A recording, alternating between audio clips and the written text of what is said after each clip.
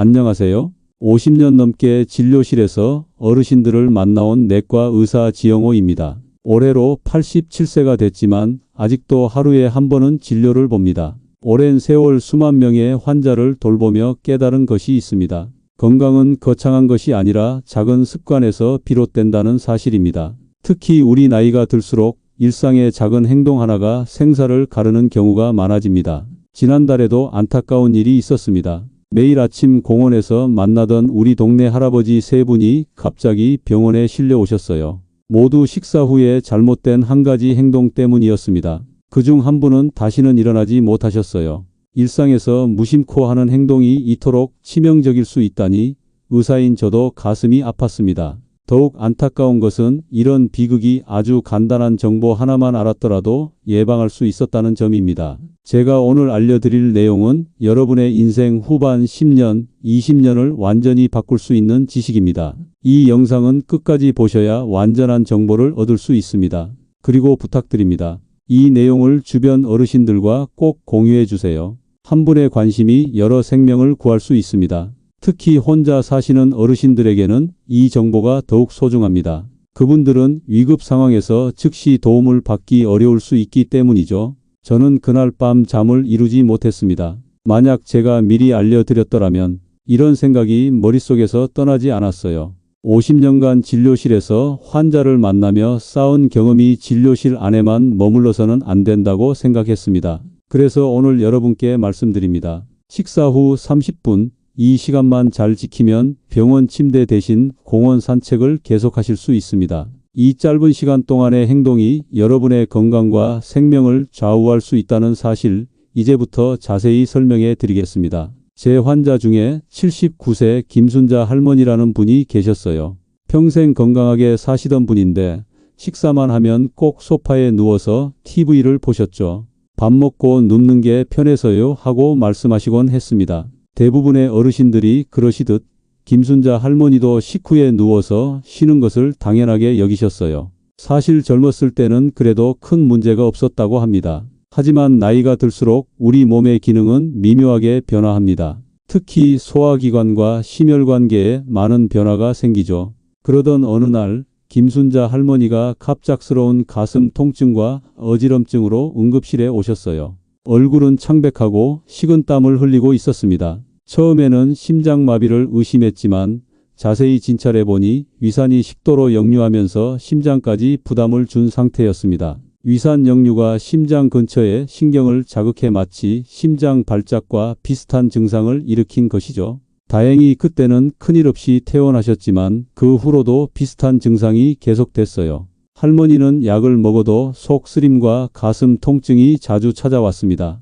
할머니는 늘 이렇게 말씀하셨습니다. 선생님, 저는 건강식을 잘 챙겨 먹는데 왜 자꾸 아픈지 모르겠어요. 소금도 줄이고 과일과 채소도 많이 먹는데. 그때 제가 할머니의 식후 습관에 대해 물었습니다. 그리고 알려드렸습니다. 무엇을 먹느냐보다 먹고 나서 뭘 하느냐가 더 중요할 수 있다고요. 요즘 건강정보에서는 음식의 종류와 영양소만 강조하지만 식후 행동 패턴이 얼마나 중요한지는 잘 알려주지 않습니다. 식사 후 우리 몸은 특별한 시간을 보냅니다. 밥을 먹으면 전체 혈액의 약 25%가 소화를 위해 위장으로 몰려요. 이때 심장과 뇌에 가는 피가 상대적으로 줄어듭니다. 심장과 뇌는 우리 몸에서 항상 일정한 혈액 공급이 필요한 장기입니다. 바로 이 30분이 가장 위험한 시간이랍니다. 이때 잘못된 행동을 하면 심장과 뇌에 가는 혈액이 더 줄어들어 위험한 상황이 발생할 수 있어요. 그날 이후로 저는 모든 환자분들께 같은 조언을 드립니다. 식사 후 30분은 약보다 강한 시간입니다. 이 말 한마디로 얼마나 많은 분들이 약을 줄이고 건강해지셨는지 모릅니다. 제가 50년 동안 의학 저널을 읽고 수천 명의 환자를 진료하며 발견한 모든 사실을 지금부터 공유해 드리겠습니다. 이 정보는 의과대학에서도 자세히 가르쳐주지 않는 귀중한 지식입니다. 의대에서는 주로 질병의 메커니즘과 약물 치료에 집중하지만 일상에서의 작은 습관이 얼마나 큰 영향을 미치는지는 실제 임상 경험에서 배우게 됩니다. 여러분의 건강과 생명이 걸린 내용이니 끝까지 집중해 주세요. 그리고 이 정보가 도움이 된다고 느끼신다면 구독과 좋아요로 더 많은 어르신들에게 이 내용이 전해질 수 있게 도와주세요. 이제 식사 후 절대 하지 말아야 할 3가지 행동에 대해 말씀드릴게요. 이 3가지만 피하셔도 여러분의 건강은 크게 달라질 것입니다. 첫 번째, 식사 후 바로 설거지하거나 청소하기입니다. 저는 이것이 가장 흔한 실수라고 생각해요. 특히 여성분들이 많이 하시는 행동이죠. 평생 가정을 돌보며 부지런히 살아오신 분들일수록 식사 후 바로 주방으로 향하는 경우가 많습니다. 밥 먹고 바로 치워야 깔끔하지, 움직여야 살이 안 찐다는 말 들어보셨죠? 하지만 식사 직후에는 정반대의 원칙이 적용됩니다. 식사 후에는 우리 몸이 소화에 집중해야 합니다. 위장에서는 소화액이 분비되고 많은 혈액이 이 과정을 돕기 위해 집중됩니다. 이때 갑자기 설거지나 청소 같은 활동을 하면 어떻게 될까요? 위로 가야 할 피가 팔과 다리 근육으로 분산됩니다. 그러면 소화도 제대로 안 되고 위장에는 부담이 가며 동시에 심장과 뇌에 가는 혈액 공급도 불안정해집니다. 그 결과로 소화불량, 가슴 두근거림, 어지러움까지 생길 수 있어요. 청주에 사시는 80세 김영희 할머니 이야기를 들려드릴게요. 평생 식사 후 바로 주방 청소를 하셨대요. 밥 먹고 바로 치워야 개운하지라는 생각으로 60년 넘게 그렇게 하셨습니다. 어느 날 점심 식사 후 싱크대를 닦다가 갑자기 어지러워져서 넘어지셨어요. 그 결과 무릎을 심하게 다쳐서 1년 넘게 제대로 걷지 못하셨습니다. 정형외과 의사가 넘어지지만 않았어도 10년은 더 걸으셨을 무릎이라고 했다는 말씀이 특히 가슴 아팠습니다. 이런 사례는 너무나 많습니다. 식사 후 바로 무거운 빨래를 들다가 허리 디스크가 악화된 경우, 식후 바로 욕실 청소를 하다 어지러워져 넘어진 경우, 모두 식후 30분만 쉬었더라면 예방할 수 있었던 일들입니다. 설거지는 30분 후에도 그대로 있어요. 하지만 한번 다친 무릎이나 허리는 영원히 예전 같지 않을 수 있습니다. 식사 후 30분은 그냥 쉬는 시간으로 생각하세요. 움직이지 마시고 앉아서 편안히 쉬세요. 두 번째, 식후 눕거나 기대는 것입니다. 밥 먹고 바로 TV 보면서 소파에 기대거나 누워 계신 분들 많으시죠? 저도 가끔 그러고 싶은 마음 이해합니다. 맛있는 식사 후에 소파에 누워 TV를 보는 것은 분명 편안하고 즐거운 시간입니다. 하지만 이 행동이 얼마나 위험한지 아셔야 해요. 특히 나이가 들수록 이 위험은 더 커집니다. 우리 몸은 서 있거나 바로 앉아 있을 때 가장 효율적으로 소화를 합니다. 위는 세로로 긴 주머니 모양으로 중력을 이용해 음식물을 아래로 내려보내는 구조입니다. 그런데 누운 자세는 어떨까요? 이 자세는 위산이 식도로 올라오기 딱 좋은 조건을 만들어줍니다. 위와 식도 사이의 관략근이라는 밸브가 나이가 들수록 약해지는데 누운 자세는 이 약한 밸브에 더 큰 부담을 줍니다. 처음엔 속쓰림 정도로 느끼시겠지만 시간이 지나면 만성 식도염, 식도궤양으로 발전할 수 있습니다. 심하면 식도암까지 위험이 커질 수 있어요. 실제로 식도염과 식도암 환자의 약 70%가 식사 후 바로 눕는 습관이 있다는 연구 결과도 있습니다. 또한 위산이 목구멍까지 올라오면 기침이나 천식 같은 호흡기 문제를 일으킬 수도 있습니다. 경기도 사시는 이명수 할아버지는 10년 넘게 식사 후 바로 누워 계셨어요. 그러다 위염과 식도염이 생겨 약을 달고 사셨죠. 밤에는 가슴 쓰림 때문에 제대로 잠도 못 주무셨다고 해요. 그런데 식사 후 30분만 바로 앉아 계시는 습관을 들인 뒤로는 위장약 없이도 지내고 계십니다. 이렇게 간단한 방법인데 왜 진작 아무도 알려주지 않았는지 모르겠어요 라고 말씀하셨습니다. 누우면 편할 수 있어도 속은 병듭니다. 잠깐의 불편함이 평생의 건강을 지켜준다는 점 꼭 기억하세요. 식사 후에는 바른 자세로 앉아 있는 것이 가장 좋습니다.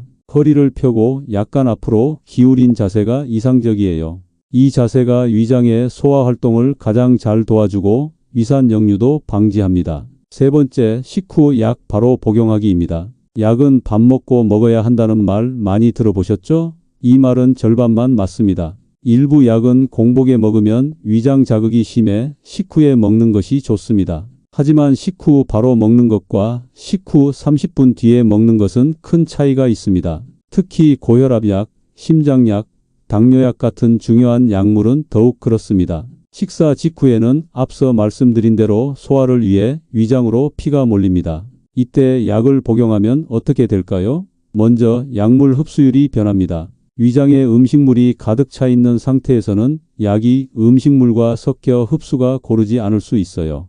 게다가 혈액순환이 위장에 집중되어 있어 약효가 평소와 다르게 나타날 수 있습니다. 특히 혈압약이나 당뇨약처럼 혈액순환에 직접 영향을 주는 약물은 더 주의해야 합니다. 식사 직후 약을 복용하면 어지럼증, 구역질, 심지어 실신까지 일어날 수 있습니다. 일제 병원에서 조사한 바에 따르면 70세 이상 노인들의 낙상 사고 중 약 15%가 식사 직후 약 복용과 관련이 있다고 합니다. 이것은 단순한 통계가 아니라 실제 사람들의 고통을 의미합니다. 전북 익산에 사시는 박영호 할아버지의 사례는 특히 가슴 아픕니다. 평생 건강하게 지내시던 분이었는데 식사 직후 혈압약을 드셨다가 갑자기 기절하셨어요. 넘어지면서 고관절이 부러져 큰 수술을 받으셨고 그 이후로는 독립적인 생활이 불가능해져 요양원에 가시게 되었습니다. 작은 습관 하나가 인생을 완전히 바꿔버린 거죠. 대부분의 약은 식사 30분 후나 식전 30분에 드시는 게 좋습니다.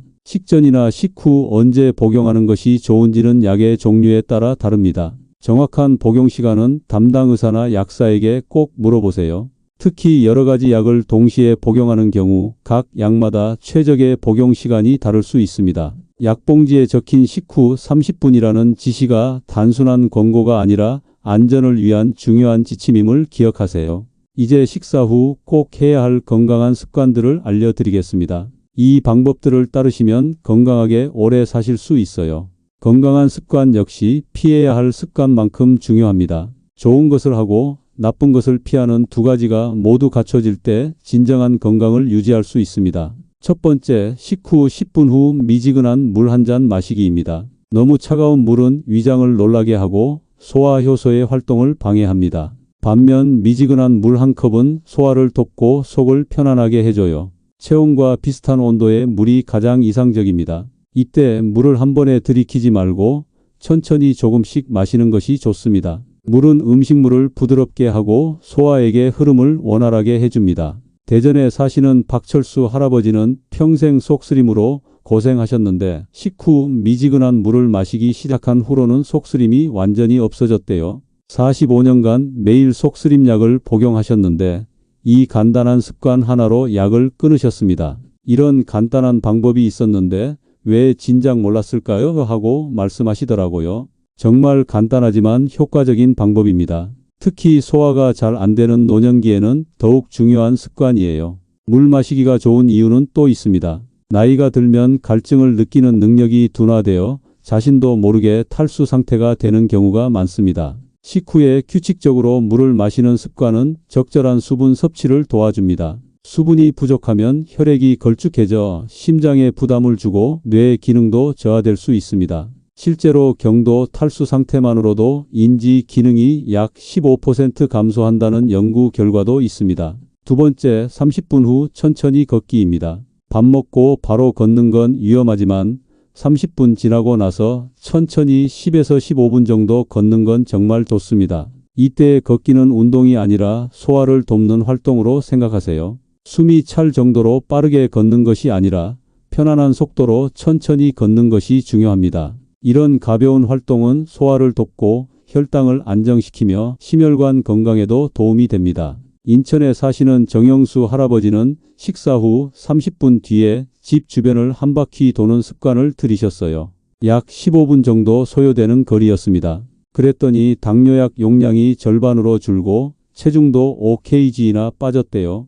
더 놀라운 것은 수면의 질도 크게 개선되었다는 점입니다. 처음엔 귀찮았는데 이젠 없으면 못 살 것 같아요. 밥 먹고 걷지 않으면 뭔가 빠진 것 같은 느낌이에요 라고 하셨습니다. 천천히 걷는 것만으로도 혈당이 안정되고 소화가 잘 되고 잠도 잘 옵니다. 빠르게 걷지 마시고 숨이 차지 않을 정도로 천천히 걸으세요. 가능하다면 실내보다는 실외에서 걷는 것이 더 좋습니다. 신선한 공기와 자연광이 건강에 추가적인 도움을 줍니다. 물론 날씨가 너무 덥거나 추울 때는 실내에서 걷는 것도 괜찮습니다. 여러분, 식사 후 30분은 약보다 강합니다. 이 시간만 잘 보내도 약을 줄이고 병원을 멀리할 수 있어요. 지금까지 말씀드린 내용을 다시 한번 정리해 드리겠습니다. 밥 먹고 하지 말아야 할 세 가지는 설거지나 청소하기, 눕거나 기대기, 약 바로 복용하기입니다. 이 세 가지 행동은 모두 소화를 방해하고